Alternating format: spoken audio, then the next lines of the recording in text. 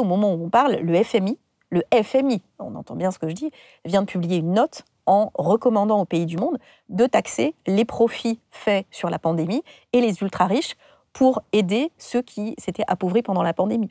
Je pense que même les chercheurs et même les institutions aussi conservatrices que sont le FMI ou la Banque mondiale sont conscients qu'aujourd'hui, il y a un poison qui mine nos sociétés, qui est celui des inégalités. Oui, il y a même le nouveau président des États-Unis, Biden, qui, avec la secrétaire nationale au Trésor, est en train de proposer une taxe mondiale sur les multinationales.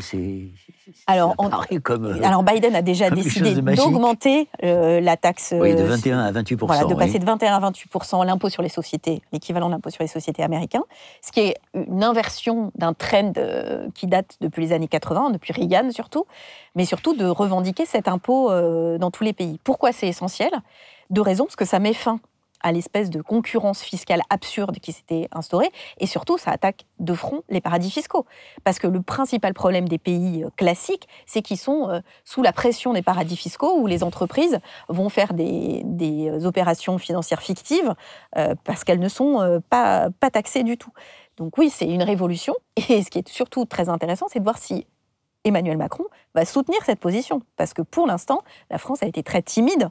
Elle dit comme d'habitude, on a entendu Bruno Le Maire dire qu'il était favorable sur le principe, mais pas dans la mise en œuvre à un taux significatif.